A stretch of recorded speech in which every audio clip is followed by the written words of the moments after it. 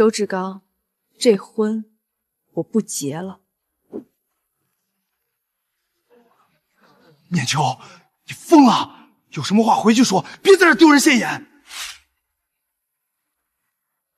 姑娘好眼光，这料子是广州来的，全店就这一件。我试试，再过3天我就结婚了。志刚说，等他当上正厂长，就带我去广州拍婚纱照。苏念秋，市长，志刚，我们悄悄出来被苏念秋看见了怎么办？这声音是王玉兰。怕什么？他这会儿还在车间织布呢。那你到底什么时候跟他说清楚？我都等你2年了。急什么？等结了婚，他爸把公社那个铺面盘给我，过了户，我立马甩了他。玉兰，你再忍3个月。原来我不是新娘，是一张铺面的过户单。哭没用，哭只会让他知道他赢了。志刚，他要是知道了怎么办？她，一个只会织布的女人，能知道什么？姑娘，这件要不要？要，包起来。这件我自己穿，往后的路得穿得利索点。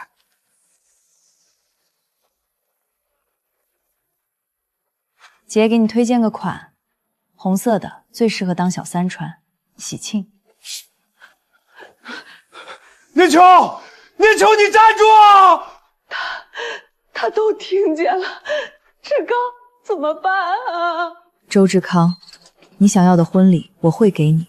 3天后，我让全县城的人都来看你这场好戏。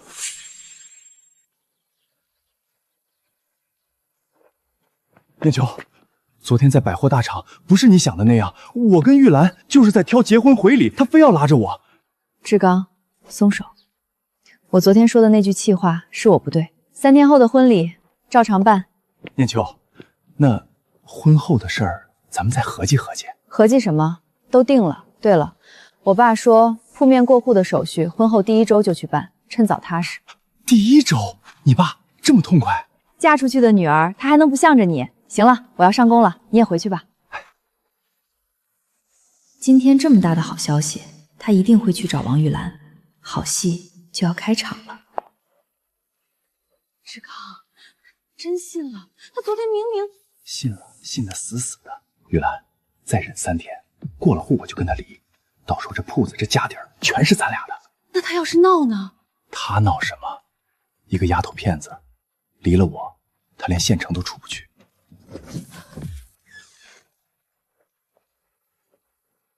离了我，连县城都出不去。周志高，这句话我记下了。你爸知道你来？还不知道，但他会同意的。刘叔，我想问深圳那边布料批证现在多少钱一张？你一个快过门的姑娘，问这个干什么？结不结婚和我想不想做生意是2码事儿。行，哈哈哈，你这股劲儿跟你爸年轻时候一个样。批文80到120一张，认识人60能拿。服装这行现在是风口，赶上了是金子，赶不上是压在手里的废布。我想赶上，刘叔帮我盯着，我这边钱一凑齐，立马找你。陪嫁存款320块，够拿5张批文。深圳那扇门，我先替自己撬开一道缝，全取。姑娘，这是陪嫁钱吧？不留着办喜事儿？留着，用在刀刃上。今天又出去了。爸，我有件事要跟你说。周志刚不是个好东西。你听见什么了？他跟玉兰说，等铺面过完户，立刻甩了我。我还录了音。是我没看清楚人。不是你的错，爸。我打算在婚礼当天退婚。除此之外，我想带你走，去深圳。刘叔跟我说了，深圳服装批文现在60一张，做起来能赚。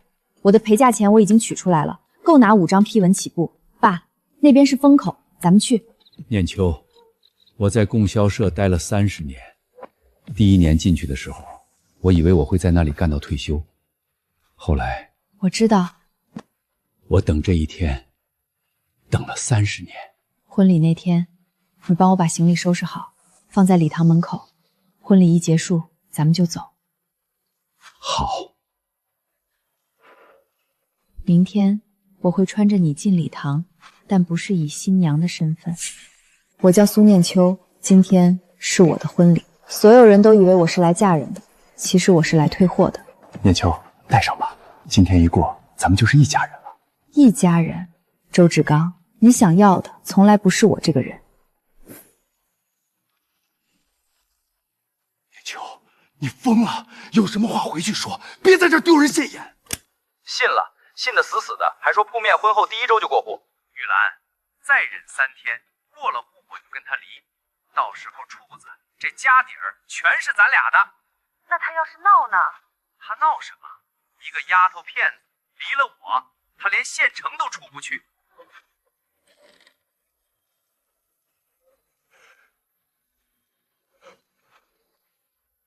老厂长，快扶住老厂长！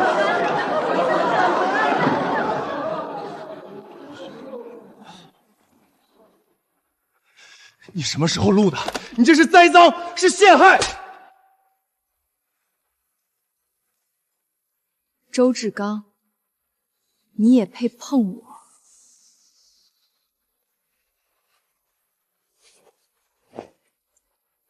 这身衣服我穿着恶心，还给你。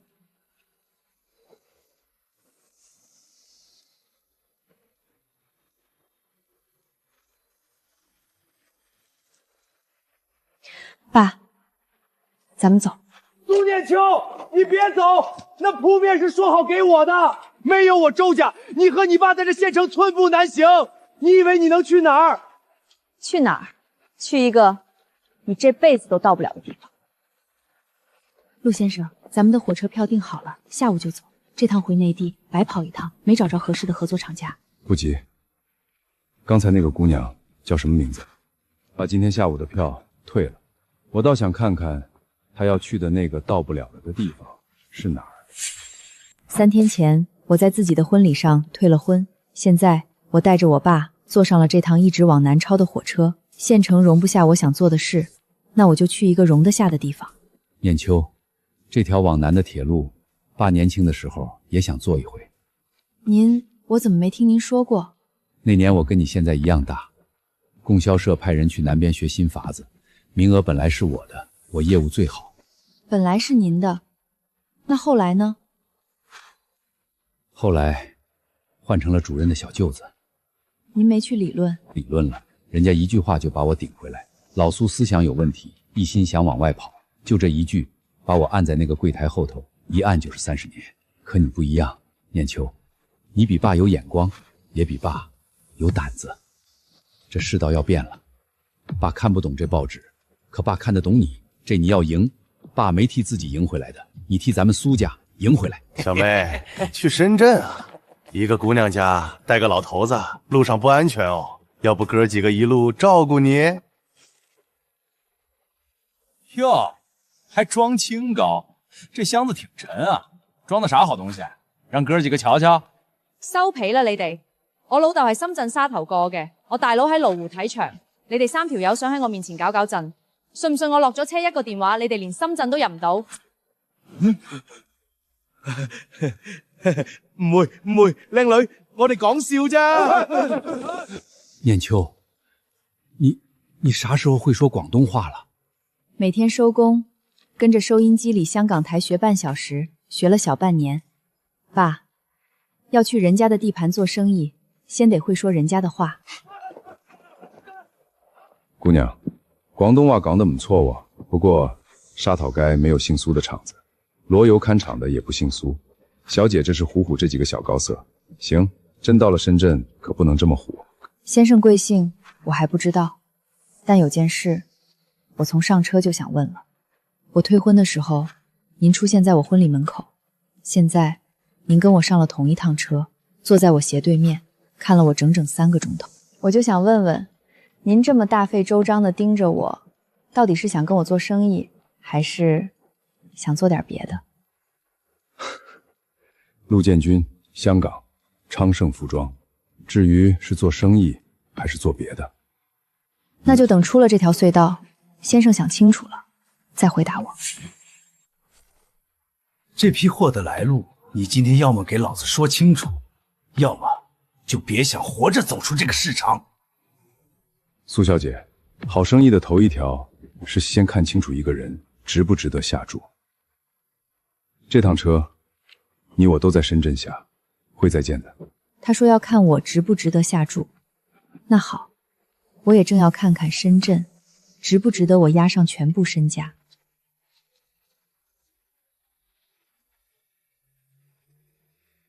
念秋，你看那墙上写的"时间就是金钱"，爸盼了30年不敢说出口的话，原来在这儿是写在墙上，不怕人看的。爸，咱们没来错，您没赶上的那班车，我替您赶上了。同样一件的确来，在县城百货大楼摆一天卖1件，在这儿一个上午能出几10件，速度不一样，钱就不一样，这就是风口。角落那个摊位，转让费加这个月租200，位置背没人要，你们要不要？要，200您点。念秋，盘了这摊儿，咱爷俩兜里就剩个零头了，进货的本钱还没着落呢。爸，货的事我早托好了，是老刘叔在深圳的路子。第一批的确利衬衫先赊给咱们，卖完了再结账，咱们空着手来也能开张。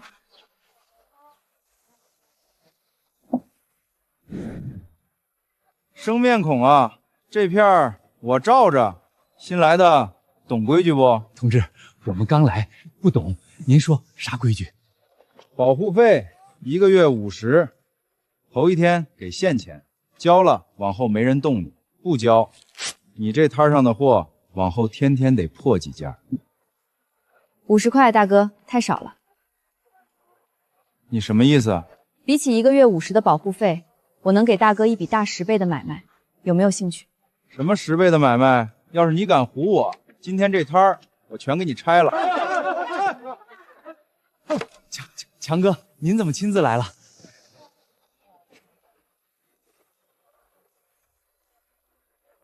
这批货你从哪儿进的？正经渠道，怎么有问题？有问题？这料子，这走线，连这颗纽扣，跟我上个月被人坑了3万块，神不知鬼不觉断了货的那一批一模一样。小姑娘，深圳这地界敢卖这批货的，要么是不知死活，要么就是当初坑我那个人派来的。说，你背后那个人是不是姓刘？说，你背后那个人是不是姓刘？强哥，被人坑了3万块，结果连人家影子都没见着。对于这种哑巴坤，您是想再验一次，还是想现在就把那个人揪出来？我的乖乖，都被人堵成这样了，这丫头还敢顶嘴？顶嘴？你听听她说的，这是顶嘴吗？这是反手去揭强哥最深的那道疤呀！邪门了！我在东门待了5年，头回见有人敢这么跟强哥说话。这姑娘要么是个愣的，要么是个狠的。丫头，嘴皮子利索救不了命，货对得上，人也对得上。你不是那批货的人，那谁是？衬衫给我。您被坑那批货是去年广交会流出来的出口转内销，对不对？那批货领口走的是双线锁边出口标准，下水百遍也不开线。可您再瞧我这件单线平缝，一道线糙得很。这是广教散场之后，那个上家拿剩下的边角料找街边小作坊连夜赶出来的尾货，同一块料，同一个版型。可坑您那批是出口的正品，我这批是人家后脚抛出来的下脚料。坑您3万块的人，我压根儿不认识。可我手上这批货替我说了一句实话，那个人现在缺钱，正在低价甩货。就算你说的句句是真，这跟你又有什么干系？你帮我去找这个人，图什么？第一，我的货是干净的，这口黑锅我得从自己背上摘干净。第二，这个抛货的上家今天能坑您，明天就能坑我，我可不想哪天断货断到走投无路。第三，我初来乍到，人生地不熟，能跟强哥您结一份善缘，比我守着这摊子卖100件衬衫划算得多。丫头，报个名。苏念秋。苏念秋，好名字。你替我把那个抛货的孙子挖出来，这3万块的账，我强哥记你一份天大的人情。货你照卖，从今往后东门这一片谁敢动你一根线头，先来问我。不过有件事我到现在没想通，我那货断的神之鬼不洁，你一个丫头怎么就偏偏接到了他的尾巴？你那个货源到底什么来路？刘叔，出来吧。阿强，几年不见，火气还这么好。刘爷，您怎么会在这儿？刘爷，您怎么会在这儿？刘爷，强哥管这老头叫刘爷，我没听错吧？你看强哥那腿都软了，这糟老头子瞧着普普通通，咋一句话就把横行东门的强哥震成这样？去年坑你那批货的人是谁我清楚，正因为我清楚，才特意让念秋接下他抛出来的这批尾货。货一旦摆到明面上，那条沉在水底下的鱼才肯浮头。阿强啊，这丫的脑子里这点东西，顶得上你手底下20个兄弟。刘爷既然替他开了口，这事儿我信。苏念秋，从今往后，你的事儿就是我强哥的事儿。念秋，老刘叔他到底是个什么人物啊？爸，咱们这位刘叔，怕是比咱们看到的要深得多。那个苏姐，刚才是兄弟我有眼无珠，您连强哥都能给治得服服帖帖，就您这本事，我猴子服了。你叫猴子，你收这一片的保护费，1个月到手多少？刨去往上头交的，落兜里100-10来块吧。我给你一笔大10倍的买卖，每月200，是你那保护费的整2倍。可你呢，从今往后不必再做那挨家挨户遭人戳脊梁骨的事儿。那我干啥？头一桩给我看场子，第2桩替我盯死整个东门，包括哪家进什么货、什么价钱，卖得动卖不动。姐，您这买卖比我抢那点保护费体面10倍，挣的还翻一番，干了！打今儿起，您就是我猴子的亲大姐。念秋，头一天咱就卖了快40件啊！大姐，出事了！我刚定价回来，隔壁那个卖布的李姐，今儿一下午挨家挨户串摊子，撺掇全市场的人，明天一早统一把的确兰的价往上抬。他这一手分明是冲着您来的，想趁您刚落脚没站稳，把您活活挤出东门去。他要联手涨价挤我，好啊，猴子，替我查一桩事儿。李姐手里那批布，到底是从谁手上进的货？查这个干啥？他要涨价，咱跟着把价一压，不就把他比下去了？因为我有种预感，李姐背后那个供货的人，跟强哥满世界找的那个抛尾货的家伙是同一个人。苏念秋，这东门的规矩是大伙儿一块儿定的，今儿起地确府统一涨价，你跟不跟？你个外地来的丫头片子，还想坏咱们本地人的行情？要么涨，要么滚！念秋，人家人多势众，咱要不先跟着涨？李姐，价我不涨，倒是您确定今天这个节骨眼上要跟我抬这个价？哟，嘴还挺硬，我倒要看看断了你的活路，你一个外地丫头能在东门撑几天？大姐，您昨让我查的有眉目了，李姐那批布是一个叫瘸子马的家伙半夜用3轮滔滔送来的。瘸子马送货挑半夜，走后门不留名。对，那伙计还说这瘸子马最近急着出货，价压得贼低，李姐就是仗着进价便宜才敢撺掇全场跟他涨价。果然，李姐这1年闷声发的财根子就扎在这个瘸子马身上。她想用涨价挤死我，却不知道她最大的命门正是她那个见不得光的货源。猴子，再帮我盯一件事儿，瘸子马下一趟给李姐送货是哪天哪个时辰走哪个门，一个细节都不能漏。瘸子马，你说坑我3万块抛尾货的那个王八蛋是瘸子马？人、货、时辰、门路都在这张纸上了。明儿后半夜，他给隔壁李姐送下一批货，走东门后巷的卸货口。强哥，您找了1年的人，我替您找着了。丫头，这个人我找了整整1年，手底下几10号兄弟撒出去，连他个影子都没。你来深圳才几天？我没找人，我找的是货。人会躲，货不会。瘸子马急着出货，货走到哪儿，他的尾巴就会甩到哪儿。上回那3万块的人情，我还想着哪天还你，这回倒是我欠你更多了。明儿后半夜，这个瘸子马我亲自去会他。至于那个吃里扒外的李姐，这笔账要不要我一块给你平了？瘸子马您拿，李姐这边我自己来。我要的不是把他打趴下。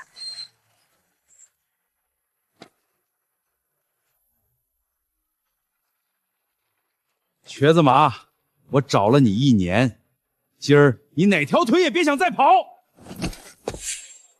伙儿都看清楚了，这苏念秋外地来的，勾结黑道强哥，昨儿把瘸子马给卖了，今儿能卖瘸子马，明儿就能卖咱们。这种背后捅刀的女人留在东门是祸害。他真跟强哥那种人是一伙的，那以后谁还敢得罪他？李姐，我勾结谁是我的事儿，可你别忘了，瘸子马替你走了1年的黑货，这事儿强哥一查一个准。他这会儿正坐在局子里，你猜他下一个会供谁？这批货砸你手里，进价是赊瘸子马的，如今他人进了局子，货款追着你要，下家呢又因为你带头涨价，一件都走不动，利滚利要不了10天，够你把这摊子赔个精光。就算赔，也轮不到你来捡便宜。那好，我等你10天，10天后瘸子马的货款找上门，强哥的人也该来问你那笔旧账了。到时候你这批货怕是想白送都没人敢接。哎，等等，你说你出多少？市价4折。4折？你这是趁火打劫？不是我打劫，是你这批货本就见不得光，4折今天现钱我全搬走，往后瘸子马那条线牵扯出什么，都跟你这批货再无干系。这个价里有1半是替你买个安心。搬吧。念秋，我算了3遍，刨去本盆，这几天咱净赚了2300块。爸，钱是一头，更要紧的是咱们这回结结实实跟强哥这条线绑在一块儿了。这批的确车来，广州出厂价一件1块2，批发到深圳最低1块8，而你刚才4折从李姐手里吃进来一件，合不到1块8毛的底。苏小姐，你这一进，每件就比全东文能的同行多赚了8毛的底。没想到这个人一开口就把这行最底的成本价报得分毫不差。3天逼退一个联手涨价的对头，端了人家的货源，还反手把对方的库存4折吃进自己兜里。从火车上到现在，我没看错，你比这整个市场上所有人都快。陆先生大老远从火车追到这早市，把行情背得比我还熟，专程跑来夸我一句快，我可不信。你说的对，我不是来夸你的，我是来跟你谈一笔能让这辈子再不必守着这早市卖便宜货的大生意。我香港的厂子给你代工，价格优惠30%。香港老板主动给他优惠30%，这是天上掉馅饼啊！这丫头要是答应，往后在东门可就横着走了，换我早跪下磕头了。陆先生，您这不是给我优惠，您是想让我变成您的下家？优惠30%，白纸黑字，怎么就成了让你当下家？陆先生，您给我代工，料子是您的，版型是您的，出厂价是您定的，我赚的只是您让我赚的那点差价。今天您给我优惠30%，明天市场一变，出厂价是涨价是生是死，全凭您一句话。我现在卖便宜货是辛苦钱，可这摊子是我的，进谁的货卖什么价我自己说了算。跟了您，我赚的是多了，可我再也不是我自己了。很多人这辈子都看不透这一层，他们只看见多赚的30%，看不见自己脖子上多套的那根绳。苏小姐，你看得很透。既然代工你看不上，那我倒想问问你想做什么？我要做自己的牌子，做品牌。苏小姐，你知道做一个自己的牌子要砸多少钱进去吗？设计、料子、工厂、铺货、招牌，这里头任何一样都不是你现在这个摊子扛得起的。不知道，但我知道另一件事儿，做下家赚的再多也永远翻不了身。就像我爸，他在供销社干了30年，他业务最好，人最勤恳，可那个柜台从来不是他的。他不是没本事，是他这辈子都活在别人的牌子底下，给人当了30年的下家，到老什么都没攥在自己手里。念秋，你说的对，爸没赶上好时候，更是一直没敢从那根绳底下走出来。爸，您敢走的那条路，你没敢做的那个梦，我替咱苏家做。从今往后，咱们苏家的牌子自己挣自己扛，谁也夺不走。做品牌这条路九死一生，砸进去的钱，熬过去的难，比你现在想的要狠10倍。10个人里头9个会死在半道上。那我就做那活下来的一个。今天这块布你不接，我不勉强，但我给你半年，半年后我再来深圳。到时候，要么你已经死在了半道上，要么你做出了一点东西，让我陆建军心甘情愿的跟你平起平坐，谈一笔真正的大生意。半年，陆先生，到时候我请您看我自己的招牌。爸，进货的事儿让猴子陪您一块儿去，成交那边陆生人也杂。念秋，昨儿那些话爸记一辈子，可爸不能守了30年柜台的老本行，让爸独个跑一趟，给你把货办妥，爸这心里才踏实。放心，有人说有批好货，价钱公道。还是咱县城出来的老乡牵的线，能有什么事儿？爸去就回。爸想替我骑一片天，可他不知道瘸子马进了局子，他那帮同伙正红着眼找断他们财路的人。老哥，咱俩一个县城出来的，我能坑你。这批雀来正经出口转内销的批文货，市价2块2一件，我只收你2万，包圆3000件。批文在这儿，您过目。老哥，钱给了吧？这门一关，你这2万块可就由不得你了。爸，钱收回来。想动手，掂量掂量，我大姐是强哥的人。批文货，钱老板，您这章刻反了。真批文的公章是机器统一印压的，深浅一致，边缘齐整。您这个是用刻好的木戳子蘸着红印泥手工盖上去的。你血口喷人，这是正经批文。正经批文的货走双线锁边，您这批下水3回准开线的劣质尾货。钱老板，您这一套糊弄我爸这种老实人行，在我这儿一行不通。钱老板。或者说瘸子马的老搭档，我没记错的话，您跟瘸子马去年一块儿在广交会散场后倒腾尾货坑了个3万块，对吧？你怎么会知道？瘸子马是被谁送进局子的，您心里清楚。所以您今天这一出根本不是什么老乡偶遇，您是来报复的，是想一口气把我们苏家的家底连本带利讹回去。念秋，他是冲着咱们来的。别怕，他敢设这个局，就说明他怕的东西比咱们多。你想怎样？报警啊！大不了我蹲几天。报警太便宜你了，报了警你蹲2天就出来。我那3万块的账，我爸今天受的这场惊险1分都讨不回来。我要的是你赔。赔什么？第一，你今天这摞货原价折成现钱全留下，算你给我爸押金。第二，你手里要是真有能用的批问路子，全交出来，从今往后归我。第三，瘸子马进了局子，可坑哥那3万块的钱到底分赃到了哪儿，还有谁有份？你给我一笔一笔写清楚。你疯了！我是把这个供出去，强哥那边不活不写，我现在就把你绑了，连人带这张假批镜一块送到强哥面前。你猜是你自己写出来求个活路，还是被强哥的人请去问话？哪个能让你多留2条腿？我写。猴子，把这份供词给强哥送去，就说坑他3万块的账连本带利，我苏念秋今天替他全平了。念秋，今天要不是你赶来，这2万块就全打了水漂。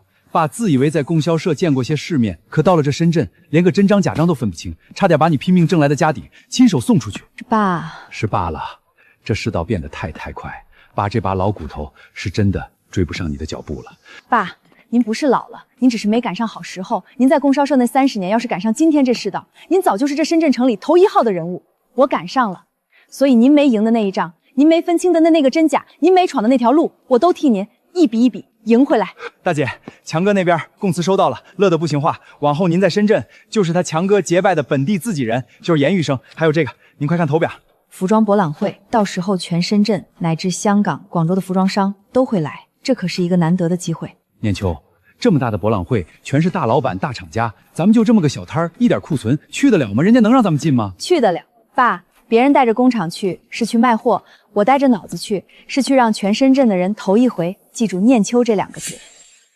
哎呦，小姑娘，这是博览会，你这地摊货回你早市去吧，这儿不是你该来的地方。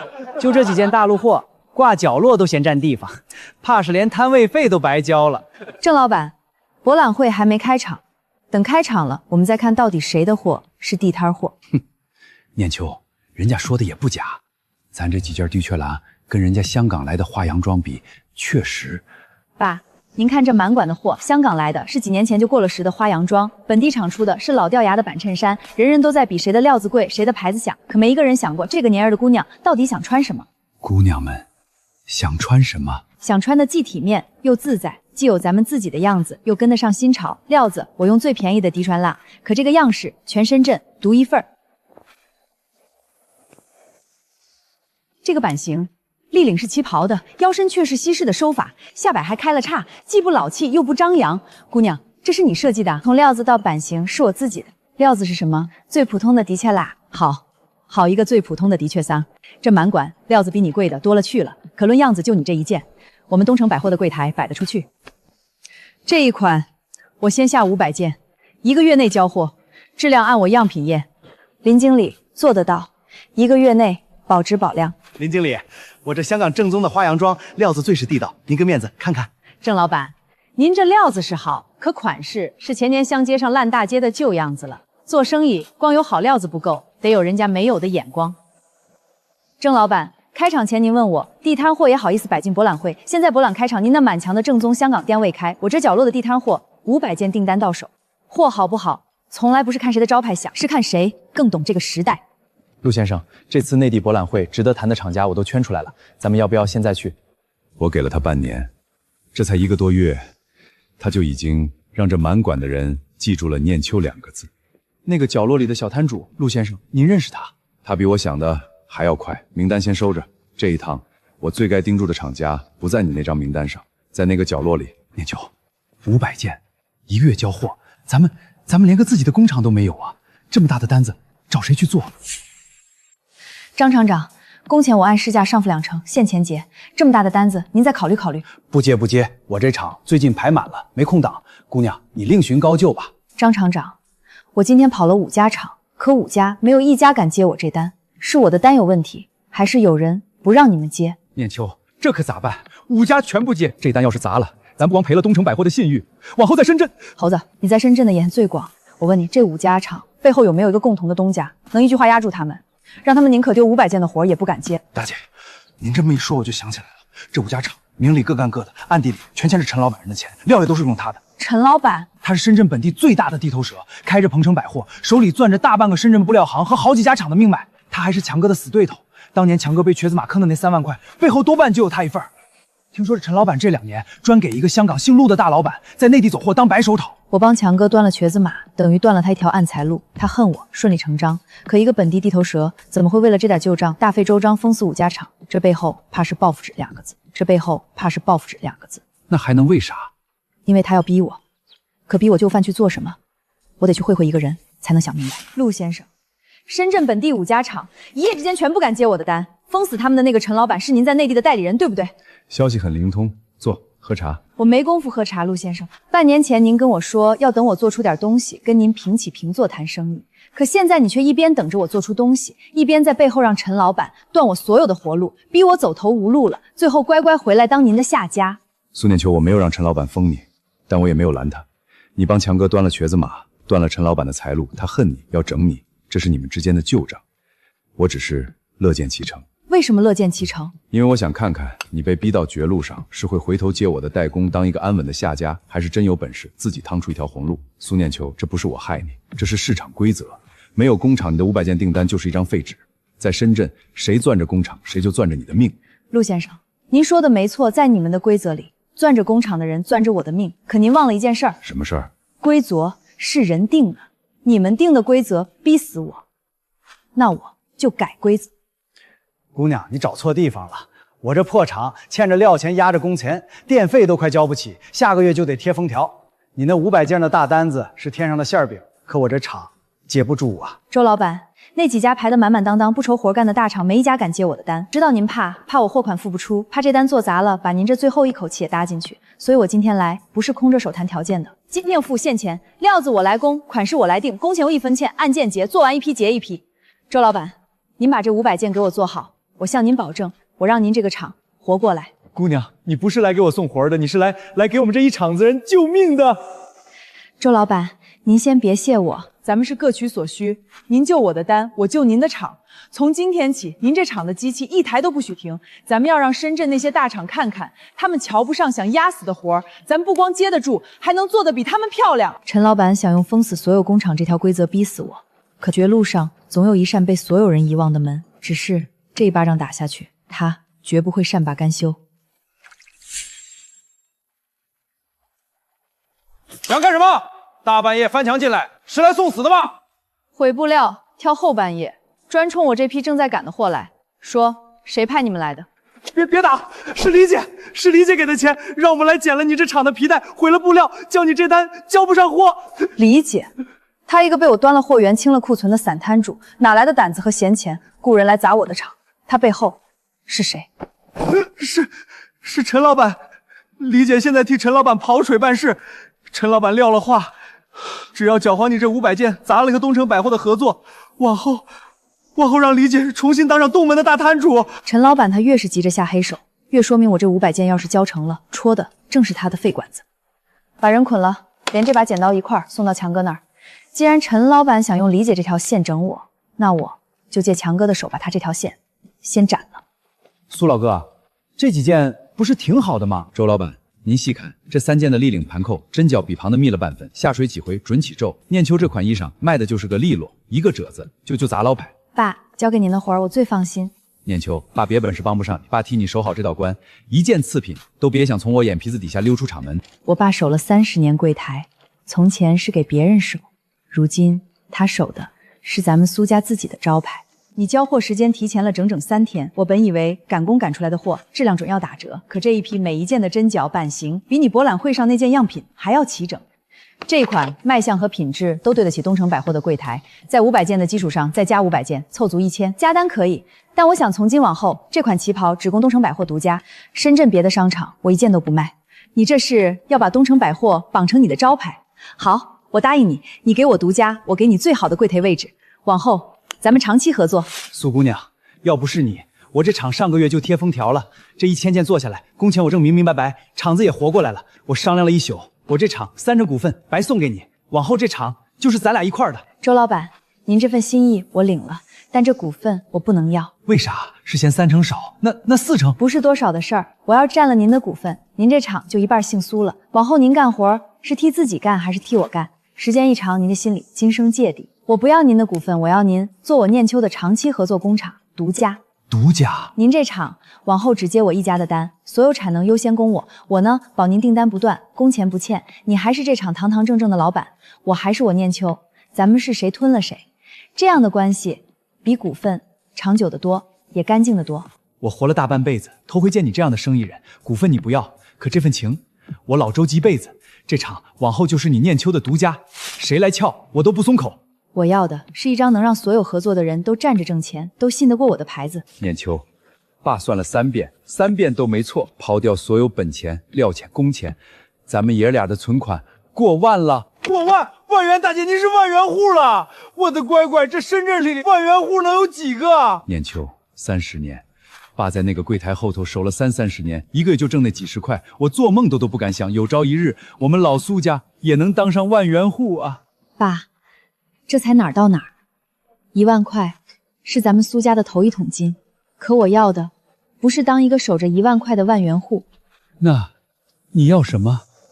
我要的是在那条最热闹的街上开一家挂着咱们自己招牌的店，就写2个字：念秋。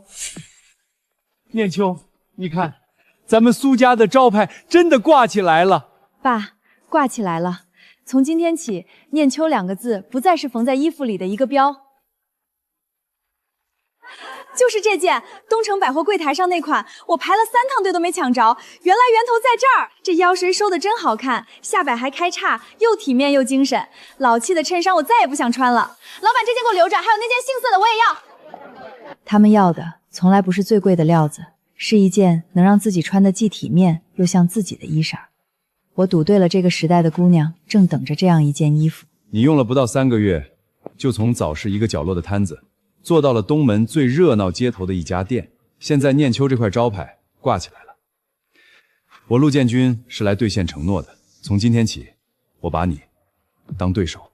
陆先生，您这花篮我收，可这声对手我还受不起。哦，您香港昌盛是几亿身家的大集团，工厂、渠道、资金样样都是顶尖的。我呢，一家店几个工人，1万出头的家底。您太大，我太小，咱们俩还不算对手。但是陆先生，今天我太小，不代表我永远太小。等哪一天我大到能跟您并肩平起平坐了，那一手我自己来跟您讨。好，我等着，等你来跟我讨这声对手。苏念秋，我越来越确定一件事了。什么事儿？这一趟内地，我最大的收获不是哪个厂哪笔单，是你。念秋，开业头1天，光这1天的营业额就破5000了，5000件。咱在早市摆摊最好的1天才1间，顶咱摆摊小半年啊！苏姑娘，我让那机器怕是要日夜不停的转喽。这衣裳做出来多少，能卖出去多少？1天5000是开门红，可一家店的5000不够，我要的是10家店，每天都有这样的5000。念秋不止东门街口的溢价，他得开遍深圳，开成一块谁都绕不开的招牌。志刚，深圳就是不一样。等回了县城，我可得好好跟姐妹们说道说道，咱俩可是来深圳度的蜜月。那是，我周志高带你来的地方，能差了？就这地方太大太乱，看得人眼花。看得念出，那个会不会就是他？念秋成衣，不可能。她一个女工，怎么可能在深圳最热闹的街上开店？志刚，咱们要不要进去看看？哟，念秋，真是你啊！没想到啊，你一个被退了婚的女工，跑深圳来，居然还混得有模有样。这位先生，我这店里不接待熟人。苏念秋，你别给脸不要脸。就算你这店开得再大，你也忘几个月前你是怎么在婚礼上丢尽全县城人的脸跑出来的？是啊，才几个月。当初你在试衣间隔壁说我一个只会织布的女人，离了你连县城都出不去。周志康，你睁大眼睛看看，才几个月，我不光出了县城，还在这1000里外的深圳把念秋2个字挂上了东门最亮的街头。而你呢，你还是那个连深圳的街都看得眼花的副厂长。几个月前我还笑他被退了婚没人要，可如今他站在自己的店里连头都懒得抬，而我这件儿看着还行。念秋，这件多少钱？我们志刚包了。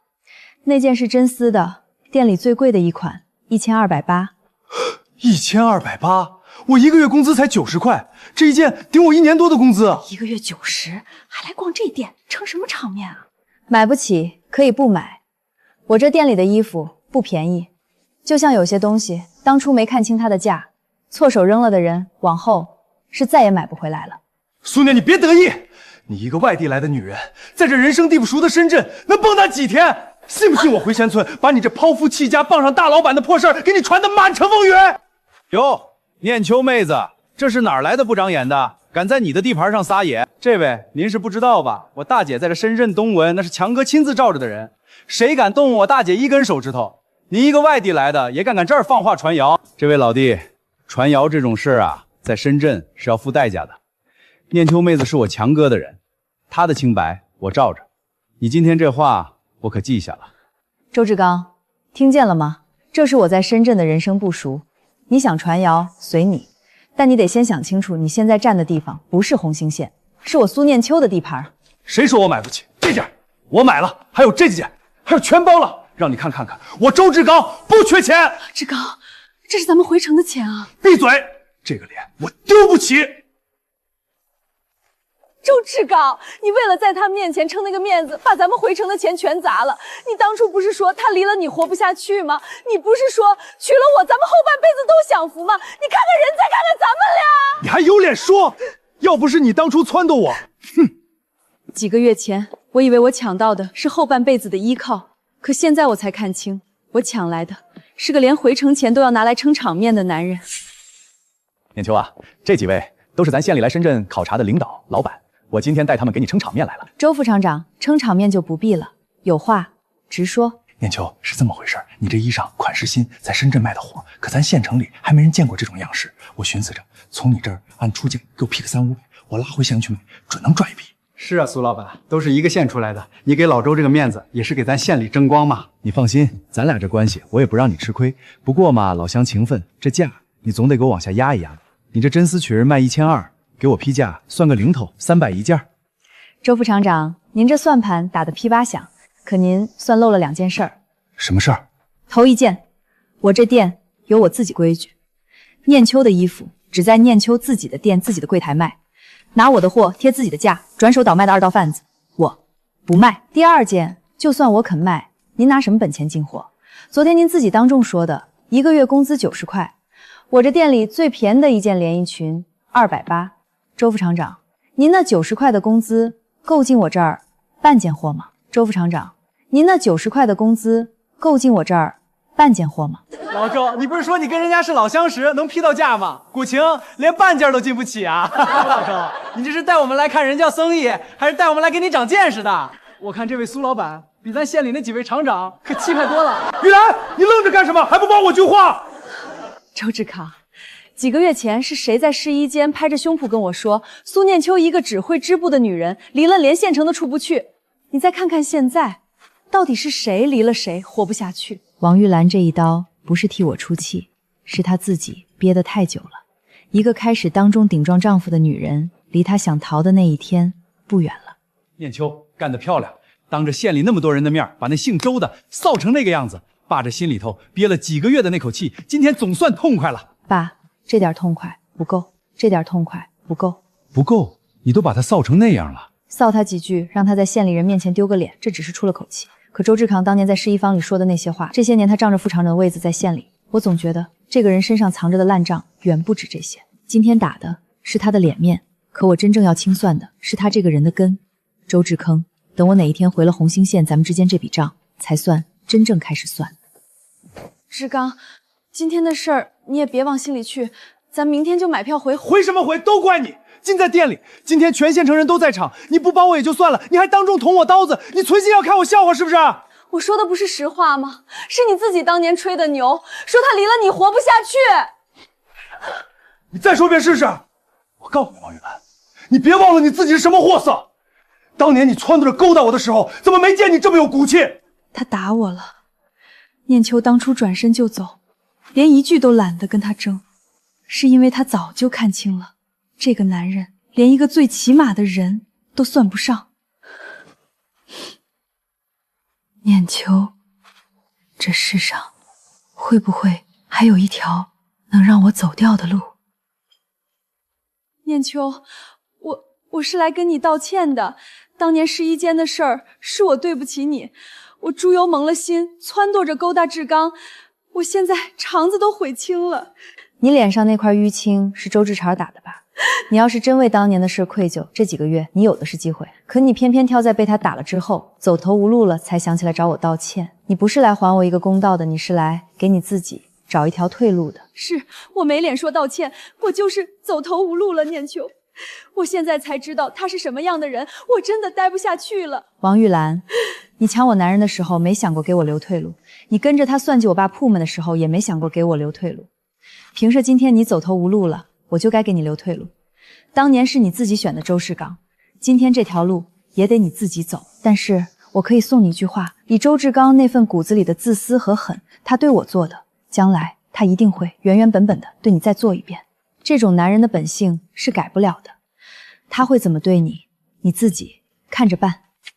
念秋，你不是说没有退路给我吗？退路我没有，这张名片不是退路，我不会原谅你。当你做的事儿，这辈子我都不会原谅，但是我可以用你。用我？你跟着周志刚，看见他看不见的东西，听得见他听不得话。哪天你真的下定决心要自己走出来，自己来深圳找我，到那时候你能不能帮我，我能不能用你，咱们再谈。念秋，那个王玉兰背叛过你，害过你，你怎么还给她名片？你不恨她？恨，可恨归恨，他有用。有用？我只是给了他一颗种子，让他自己在周世康那一天比一天狠的拳头底下，慢慢看清自己的处境。等到哪一天他被逼得真正想活下去了，他自己就会握着我那张名片，把周世娥的烂账一笔一笔送到我面前来。爸，王玉兰这个人软弱自私，可他就睡在周章志枕边。周世成这些年在县里仗着副厂长的位子，干了什么，藏了什么，有多少见不得光的烂账，这谁有谁比他更清楚。我今天没有逼他，没有收买他，更没有施舍他。念秋说得我自己拿命去挣条活路，我现在没钱没本事，更没胆子跟他撕破脸，可我能攒钱，等我攒够了路费，攒够了胆子，总有一天我能走出这个家。苏老板，你这店做得不错嘛。陈老板，您大驾光临，有什么指教？哪里，不是指教，是来谈一笔生意的。苏老板，我就不兜圈子了，你这家店做到今天这个规模，在东门条街算是头一份了。但你也从深圳要做零售，早晚要进商场。陈老板，您说，鹏城百货是深圳最大的商场，7层，日流量过万。进了我这里，你一天的销量抵你这个独立烤店1个月。条件很简单，月销售额给我50%扣别。苏老板，苏，我知道你在想什么。你觉得50%贵了，你想自己做，但你得想清楚，深圳这几条商业街的铺面，哪家业主不跟我有交情？你想在我的地盘租第2家、第3家店，你得过我这一关。深圳的进货渠道、仓储、物流这些配套，哪一样不在我的人手里？你要是不进我的商场，不出1个月，你这一家店也开不稳。他要我进商场，是因为他怕我。鹏城摆7层，1楼到3楼什么价位的货都有，唯独没有我这种款式的。现在他来了，说明他已经有点慌了。陈老板，这份合同我不签。哦，嫌50%贵了，那咱们谈谈45%。不是价格的问题，我不进你的商场。苏老板，你想清楚了，我刚才说的话你都听见了。听见了，您说我进不了第2家、第3家铺面，所以我决定不租铺面。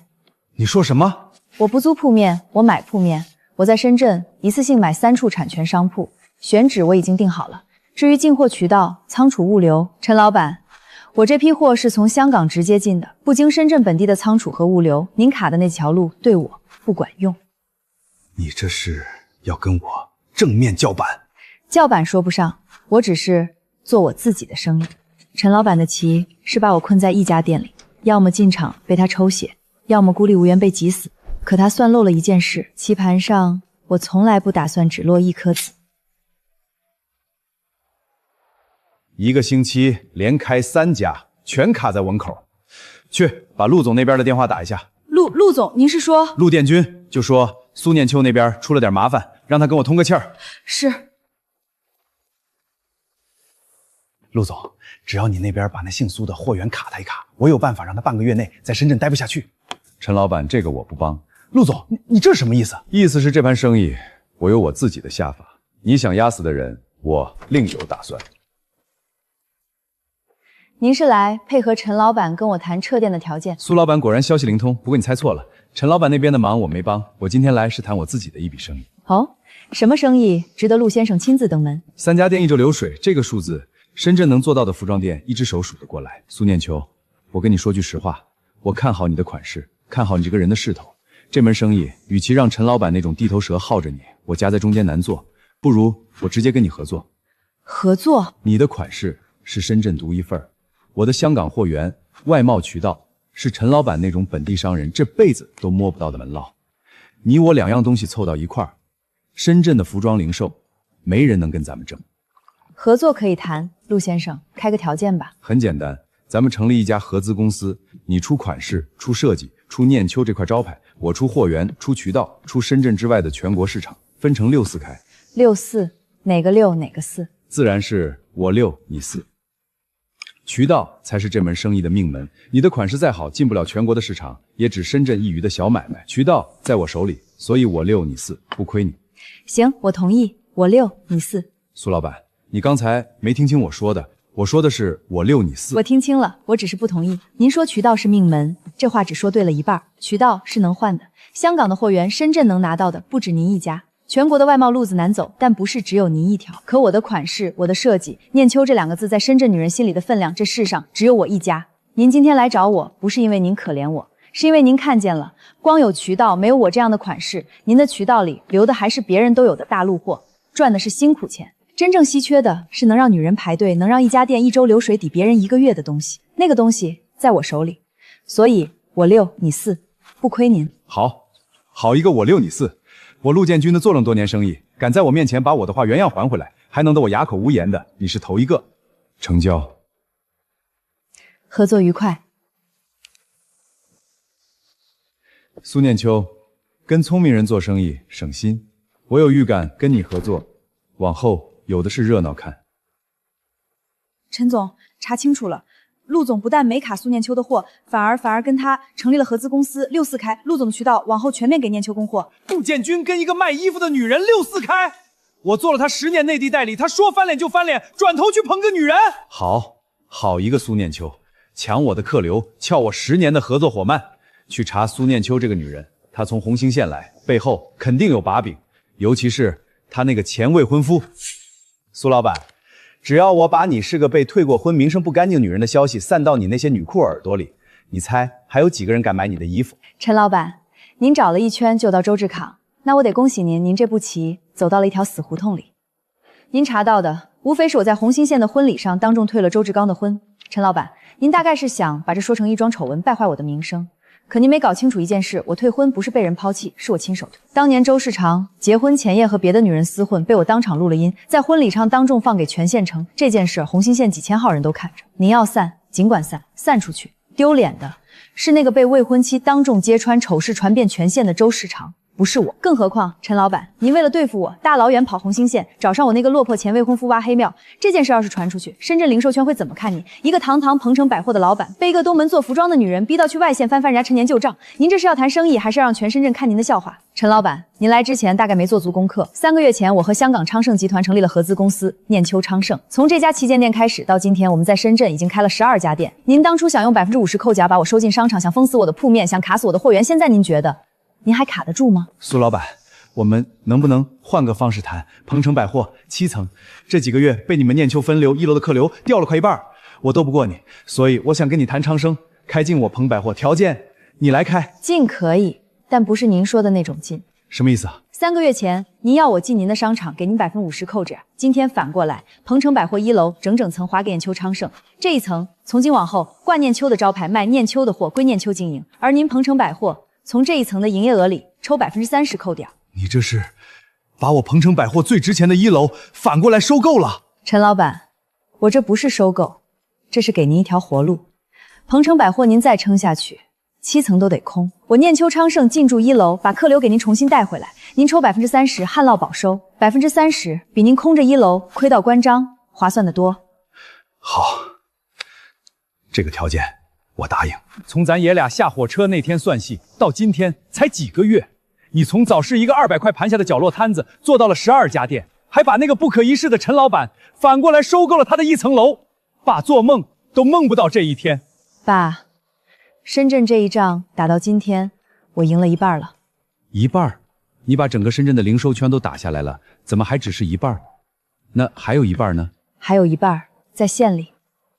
爸，深圳是我证明给自己看的，可县里那些人，周志长，那些当年看咱们笑话的人，那个把您按了30年的地方，他们还不知道我苏念秋回来了。喂，念秋昌盛，是念秋吗？我是县里的，红星纺织商破产了，还有周老厂厂长周志刚他爹病危了。念秋，县里出什么事儿了？红星纺织破产了，周老厂长病危。破厂是我跟你周老板年轻时候一块儿进去的厂啊。爸，我刚跟您说还有一半在县里，现在是时候回去拿了。深圳这边12家店刚铺开，鹏城百货1楼的收购也才落定。这个节骨眼儿，你突然要红星县，你到底是放不下那个周志刚，还是放不下红星县那段过去？陆先生，您猜错了，我回红星县不是为了任何一个人，我是回去拿回我自己的东西。拿回你自己的东西？你在红星县丢了什么？我从那个地方走出来的时候，丢掉的是一个女公德的体面，是我爸30年没争回来的那口气，是我苏念秋这个人本该被人正眼相待的尊严。所以你回去？所以我回去要拿回的是我自己。我走的时候是一个被人看尽笑话的女工，这一回我要以另一个身份回去。什么身份？一个让那座县城所有人都不得不重新认识我的身份。念秋，以我对你的了解，你一定会想把那个厂拿下来，收购一家破产的纺织厂，改造复产。这要钱，要渠道，要把货卖出去的全国网络，这些恰好是咱们念秋昌盛该做的事儿。苏念秋，我跟你一起回红星县。陆先生，红星县是我自己的旧账，这趟回去可能要面对的是破产的厂子，还有我那个前文夫这些事，跟你这个香港来的合伙人没关系。我是以你的合伙人的身份跟你一起去做一笔把破产纺织厂盘活的生意。行，合伙人的身份我准赖有一条，红星县那些恩怨旧账是我自己的账，你不许替我出头。生意上的事儿咱们并肩，旧账上的事儿我一个人来。成交。念秋，周老厂长这个人这辈子也算厚道，就是生了周志刚那么个不成器的儿子。你回去要面对的是这么个烂摊子，还有周志刚那一家子，爸怕你难做。爸，我分得清，周老厂长是周老厂长，周志刚是周志刚，我回去不会迁怒一个垂死的老人。那你回去是要？我要回去做3件事。第一，你被这个体制按了30年的那口，我替您争回来。第二，那座养活了1县城人却被人糟蹋到破产的纺织厂，我要让他活过来。第三，周志高这个人，还有他这些年仗着副厂长位子干的那些见不得光的事儿，我要一笔一笔跟他清算清楚。爸，我不是回去报私仇的，我是回去把那些被欺负的、被糟蹋的，一样一样扶正过来，这才是我苏念秋要拿回的自己。喂，念秋，是我王玉兰。别哭，有什么事慢慢说。念秋，他越来越疯了，动不动就打我。我攒了几个月的钱，就为了能走，可我手里攥着一样东西，我不敢一个人扛着。什么东西？念秋，纺织厂破产，经营不下去，是被人一点一点掏空的。周志刚他这几年仗着副厂长的位子做了贪污的，是我手里有他贪污的证据。王玉兰，证据你收好，谁都别给。我明天就回红星县，你等我，这个证据我要。乖乖，3辆旧车，咱红星县什么时候来过这种大人物？那车里坐的不是苏家姑娘苏念秋吗？苏念秋不是几个月前在婚礼上退了周副厂长的婚，灰头脸脸跟他爹跑了吗？怎么开着小轿车回来了？听说了吗？苏念秋去了深圳，发了大财，开了好多家服装店，这才几个月，他就成了开小轿车的大老板。这世道真是变了，当初咱们还跟着笑话他，他被退婚，现在看看人家，再看看那个周志高。念秋，几个月前咱爷儿俩从这条路上灰溜溜的走出去，今天这咱们3辆小辆烧车又从这条回来了。爸，这就是我跟您说的，以另一个身份回家，让他们看清楚，当年被他们看笑话按住的苏家，如今是什么样子。念秋，退婚那事儿，是我没管教好那个畜生，他对不起你。可那个厂是我守一辈子的命根啊，如今他破产了，我对不起厂里那几百号工人，我死不瞑目啊。周伯伯，您和周志康是2回事儿，您守了一辈子厂，养活了1县城，这份功劳谁也抹不掉。退婚那笔账是我和周志刚之间的，跟您无关。我今天来看您，是看您这位守了一辈子厂的老厂长。至于那个厂，周伯伯，您放心，我回来了，我不会让他就这么死了。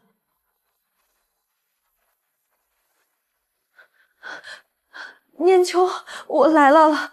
你说的那个证据带来了？有，念秋，这是周志高的私账。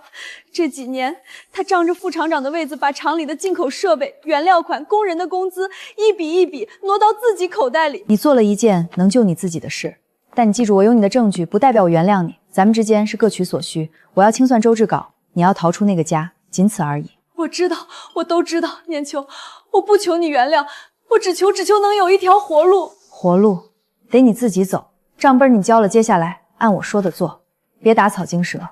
等周志刚倒了，你的活路自然就有了。苏老板，您要包下哲领堂？没错。您要办什么宴席，我起这就给您张罗。办一场庆功宴，3天后就在这里。念秋，咱们回来头一件大事，不该是去纺织厂把厂子的事张罗起来吗？怎么先包礼堂办宴席，还偏偏选在这个地方？爸，纺织厂的事儿急不得，得一步一步来。可这场庆功宴得趁热办。几个月前，就在这个礼堂里，我穿着嫁衣被人当众算计，看尽笑话。全县城有头有脸的人都来看了我那场好戏。那今天我就在同一个地方，把当年来看我笑话的那些人原原本本再请回来一次，让他们亲眼看看当年那个被退婚、被他们指指点点的苏念秋，如今是怎么衣锦还乡的。那周志镐呢？还有当年那些，一个都不落。当年看了我笑话的人，今天我一个一个请回来。谁啊？周副厂长，苏念秋老板差人给您送来一张请柬。庆功宴，他要在那个礼堂当着全县城的人办庆功宴，他这是要把我当年的脸再扒下来，重新踩一遍。你想衣锦还乡，风光光打我的脸，我倒要看看这场庆功宴上到底是你打我的脸，还是我毁了你的局。几个月前，咱们就是在这个礼堂看苏家姑娘退婚的笑话，今天居然是来赴她的庆功宴。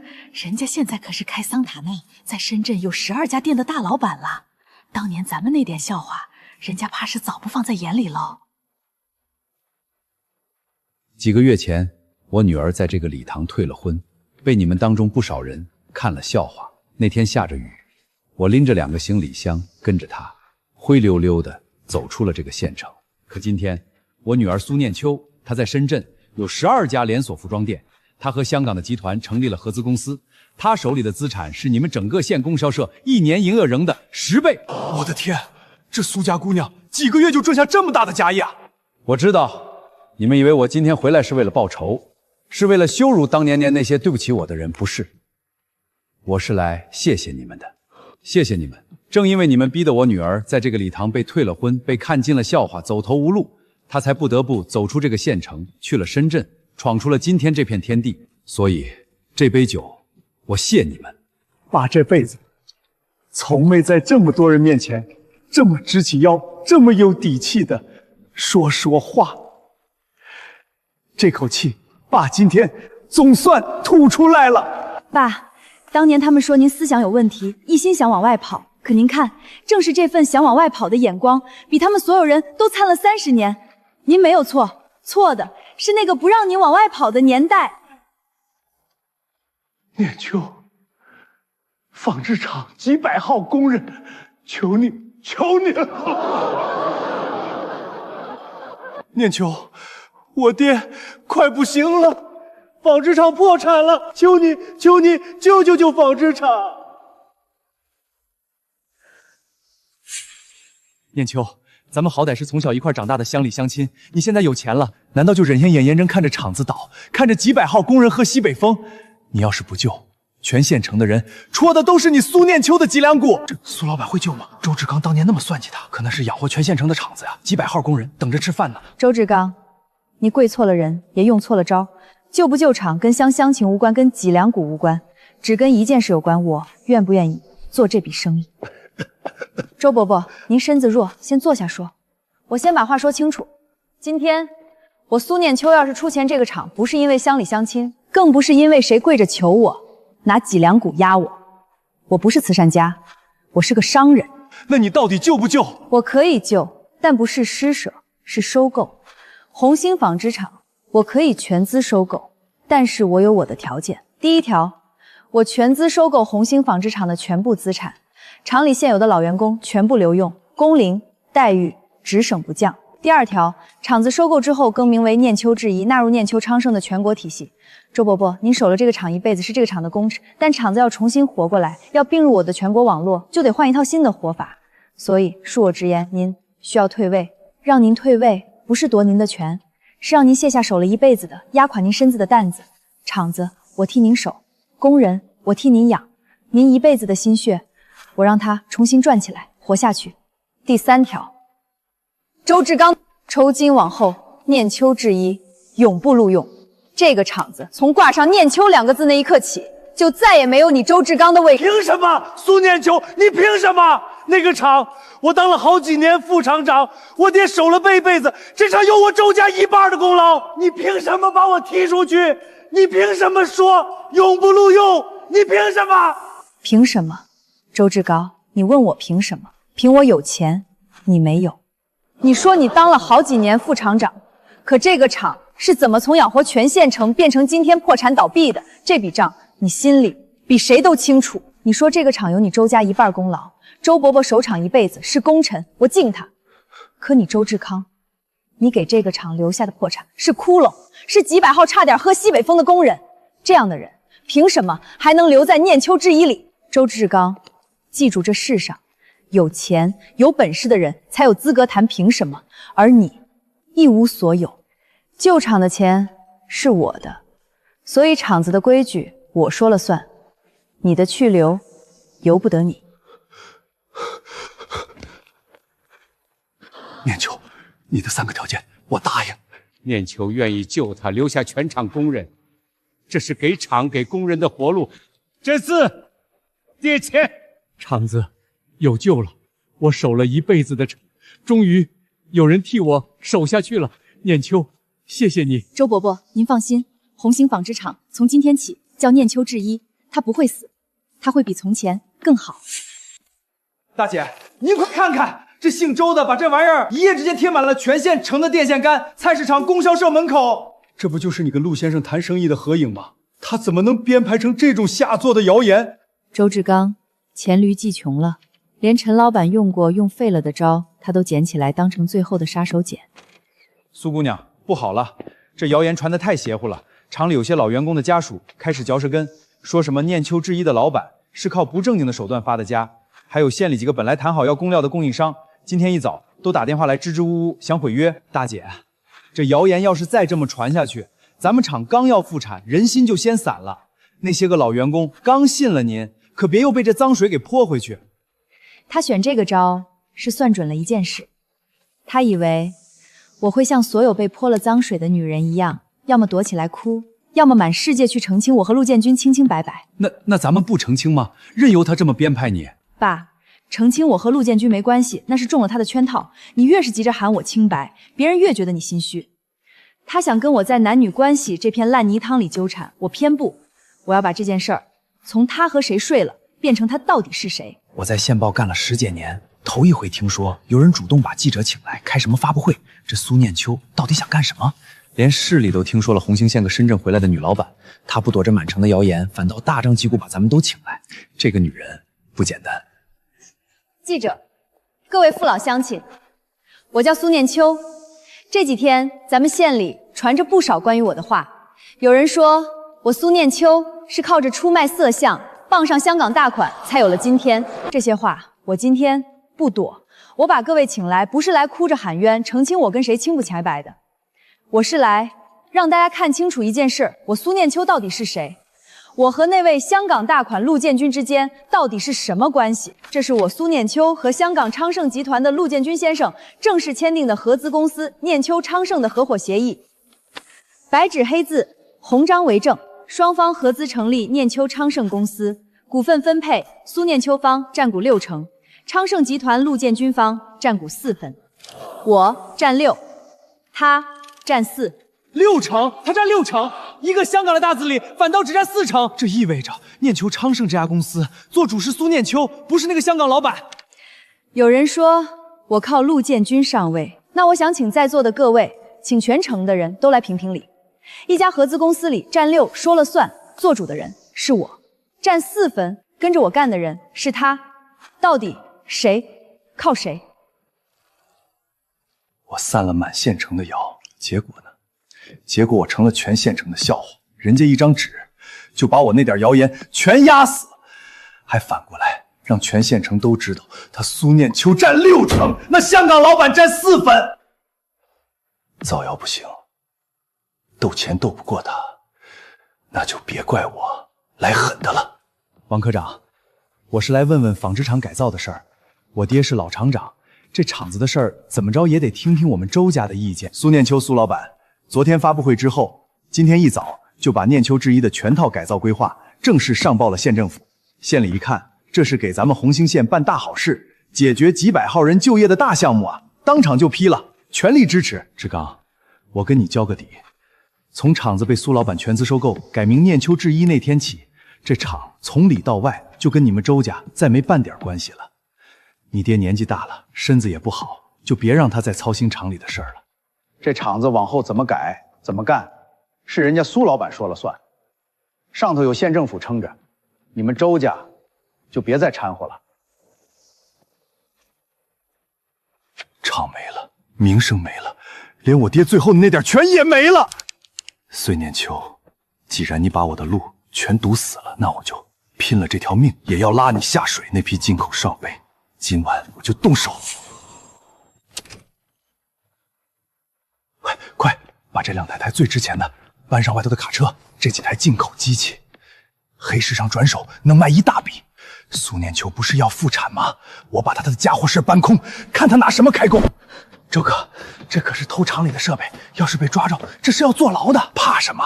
这厂以前是我们周家的，我搬走自己家的东西，怎么了？再说神不知鬼不觉，等天亮，苏念秋发现机器早出了县城了，他上哪儿找去？疯了，他真的疯了，他敢偷设备，他犯的这些事要是败露了，我能脱得了干系吗？不，他要是知道我看见了，会不会为了灭口？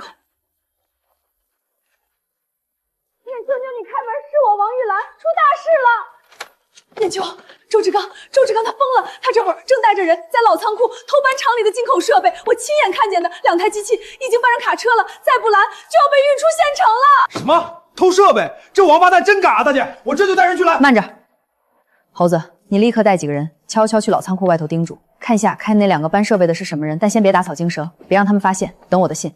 念秋，我今天来不是来求你护着我的，我是来告诉你，他偷设备这件事儿从头到尾我都看见了，我来当这个证人，我不躲了，我躲了大半辈子，从今天起我不躲了。你当了这个证人，就等于跟周志康彻底撕破脸，他一旦狗急强，第一个要对付就是你，这条路凶险，你站出来要承受的比你偷偷逃跑重得多。我想清楚了，偷偷逃跑，我逃一辈子也是低头，站出来作证，我哪怕只能挺直一回腰也值了。好，那从现在起，你这个证人我接了，接下来每一步怎么走，你都听我安排。咱们要做的是让他这桩偷设备的现行罪铁证如山，谁也翻不了案。盯住了，卡车牌照我记下了，那2台进口机器确实被搬上了车，停在仓库外头那条小路上。周志刚正催着那俩人，准备天亮前把车开出县城。大姐，要不要现在动手拦？猴子，不要打草惊蛇，让那辆卡车一切照常，但是你带人死死的跟住他，看他停在哪儿，看那2台机器最后卖给了谁。我要的，我不光要抓住偷设备的现情，还要顺着这条线把他销赃的窝点一锅端了。王玉兰，从现在起，你不能再回周志刚那个家了，你回去太微心晚，你就留在这安顿你。你是这桩偷设备案最关键的目击证人，等到了该你开口的时候，你要把今晚看见的一切原原版版说给该听的人听。我说一个字都不会少。都别动！这2台进口设备是念秋制衣厂里的资产，被人半夜偷搬出来的。我们大姐说了，跟你们跟了一路，就为了今天人赃并获。猴子，这份周志康过去3年挪用厂里80万公款的账，证据确凿，今天亲自送到县纪委去，这是他过去的罪。明白。这一份昨夜偷设备的人证、物证、口供，连同追回的设备清单送到局里报案，这是他现在的罪。还有，把在咱们昨天发会请来的那位记者再请一次，我要让周志长做的这些事儿光明正大的见报，让全县全市的人都看个明白。大姐，咱们证据都送官了，为啥还要闹到报纸上？这会不会太张扬了？不张扬，周志镐仗着他爹老厂长几十年的关系网，在这县城盘根错节。我把这件事儿摊在所有人眼皮底下，让全县城都盯着，看谁敢替一个偷设备、贪公款的人说一句情。念秋，你这是要把周志康往死里整？陆先生，死太轻了，一个人死了一了百了，什么都不必再承受了。我要的不是他死，我要的是让他求生不得，求死不能。我要他为他做的每一件事，一笔一笔，在监狱里慢慢受还。所以，你没有用任何一条见不得光的路子，你要的是让法律亲手收拾他。对，我恨他，恨了几个月，可我不会为了泄这口私恨，把自己也变成一个不择手段的人。我要清算的是他犯下的罪，让他在阳光底下依法付出代价。念秋，我可跟了你这么久，看你挡战立招牌反杀对手，今天我才算真正看明白你最厉害的地方，不是你有多狠，是你再恨也始终站在理上。这样的人才真正赢得起。各位师傅，各位大姐，我知道这几个月大家心里都七上八下的，厂子换了主人，你们怕自己被一脚踢开，怕这把岁数了没了饭碗。今天我把大家请来，就为了给你们一颗定心丸。从念秋制衣正式开工。第一条，原纺织厂的全体老员一个全部留用，工龄照算，岗位照排。你们守了这个厂半辈子没手艺，没有谁比你们更懂。我念秋制衣要重新站起来，靠的就是你们这些老师傅。第二条，从开工这个月起，全体老员工的工资在原来的基础上翻倍。郝老板，你说的是真的？工资？我在这厂干了30年，从来没听说过工资能翻倍啊！这下好了，这下我娃的学费、老人的药钱全有着落了。我苏念秋说话算数。有人为了自己的私利，把这个厂、把你们的饭碗糟蹋到了破产的地步，那个人会有法律来收拾他。可你们这些守着厂、守着手艺、本本分分干了半辈子的人，我苏念秋回来，就是要让你们有班上、有钱赚、挺直腰板、有尊严的活着。念秋，你今天一边把周志康的罪证送了官，一边又给全厂工人涨了工资。爸看着窗外这些人的笑脸，忽然就明白了，你打的这一仗到底为了什么？爸，为了什么？为了一个里子，作恶的让他付代价，本分的让他有奔头。这世道要是能这样，那咱们当年我被按了30年受的那些委屈也就值了。念秋，我做了这么多年生意，见过太多人，赢了之后就只剩下贪和狠。可你赢了，手里攥着能把对手碾碎的牌，用来送罪人入法，扶好人起身。你这一仗赢的不只是周志刚，你赢的是人心。志刚，白天来人送来这2张纸，让你签字，我替你签了。儿啊，这是要抓你坐牢啊！完了，全完了。他手里早有账本，偷设备他抓了现行，人证物证设备销赃全齐了，他早就等着这一天。还没到明天，还有时间。只要苏念秋肯撤了状子，肯跟我和解这案子，是不是就撤，就不了了之？他是原告，他是受害人，只要他松口。志刚，你大半夜的去哪儿啊？你别再惹祸了。苏念秋，我求你救我！明天一早我就得去到案了，求你撤了状子，撤了案子，咱们和解。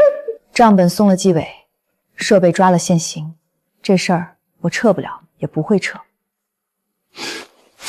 你不撤，你不让我活，那大家就都别活。苏念秋，今天我反正是完了，我就先送你下去，给我垫背。你别过来，你再过来，我真捅了你。你捅啊？你今天进这个门，不就是为了拉个人垫背吗？来，我站在这儿，你捅。周志考，你以为你举着这把刀就能拿回你输掉的一切？你错了。你今天但凡动我一根手指头，你就不只是个贪污摊贩、盗窃犯了，你就是个杀人犯。我知道你不甘心，可你冷静想想，你现在的案子是经济上的罪，判的再重是有数的。可你要是今天在这儿真把我捅了，那是故意杀人，性质天差地别。而且你别忘了，你姓周，你爹是老厂长，你爹这辈子在红星纺织厂干了一辈子，攒下的是几千号工人喊一声老厂长的体面，是这县城里几十年的清明。可你今天要是杀了人，从今往后，这县城里所有人提起你们老周家，头一句话就是看，那个杀人犯就是老厂长那个儿子。周志康，你已经输了你自己的下半辈子，别再连你爹最后的脸面也一起埋了，把刀放下。爹，我对不起你，我把你这辈子的脸都丢尽了。你他妈疯了，敢拿对我们大姐！大姐，你没事吧？有没有伤着？我没事。按住他，别让他再有动作。猴子，报警。好嘞，快打电话报警，就说有人持刀行凶，人赃俱在，让公安马上来人。对不起，爹，对不起。你涉嫌持刀行凶。另外，公安局对你盗窃厂区设备案的传唤，县纪委对你挪用公款案的立案，我们也都接到了通报。现在跟我们走一趟。苏念秋，是我自己把自己走到了今天这一步。大姐，斗了这么几个月，今天总算是把这祸害送进去了。送进去只是开始，我要让他做的每一件事都在法庭上当着所有人的面一笔一笔公之于众，依法判他。这一回，我要的是一个谁也翻不了、谁也抹不掉的公道。被告人周志歌挪用款罪、盗窃罪、故意杀人罪未遂数罪并罚，判处有期徒刑15年，没收个人全部财产，追缴全部非法所得，返还红星纺织厂。15年，没收全部财产，周史哥这辈子算是彻底完了。挪用80万，偷设备，还拿刀捅人，这是自己把自己一步步送进去的啊！念秋，判了15年，他再也害不了人了。你出庭作证做得对，我跟他离了。几个月前我攒私房钱是为了能偷偷逃命，现在我不用逃了，我堂堂正正的跟他离。从今往后，我王一兰这条命是我自己的了。念秋，这是给你的钱，够你离开这个县城，去一个没人认识你的地方，重新开始，安安稳稳的过下半辈子。念秋，我背叛过你，害过你，你为什么还要帮我？我不是帮你，当年试衣间的事儿，我这辈子都不会忘。可你后来交账本，出庭作证，做了对的事儿，一码归一码。这笔钱是你自己挣回来的，拿着钱走吧。只记住一件事，下次睁大眼睛再选男人。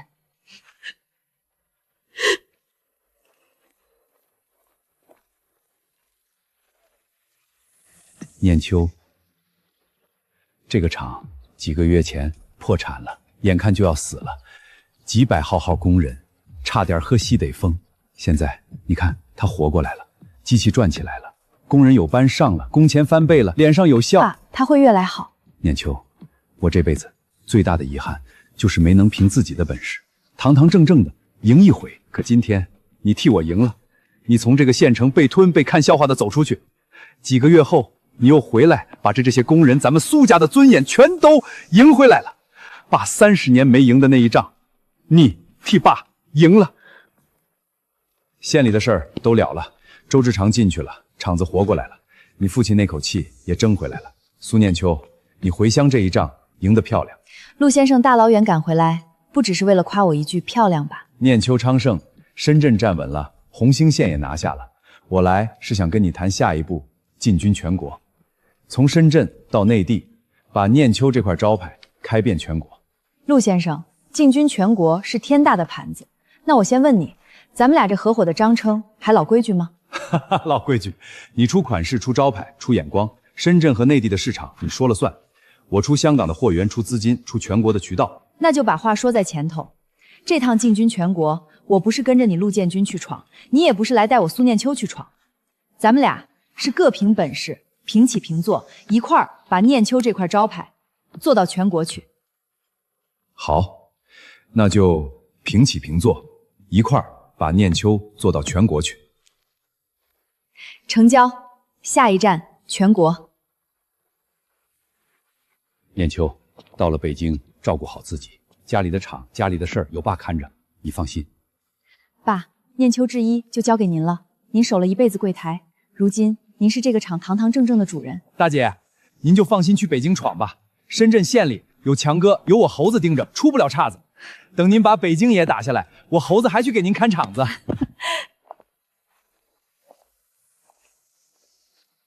深圳是我的起点，红星县是我的根，而北京是我下一个战场。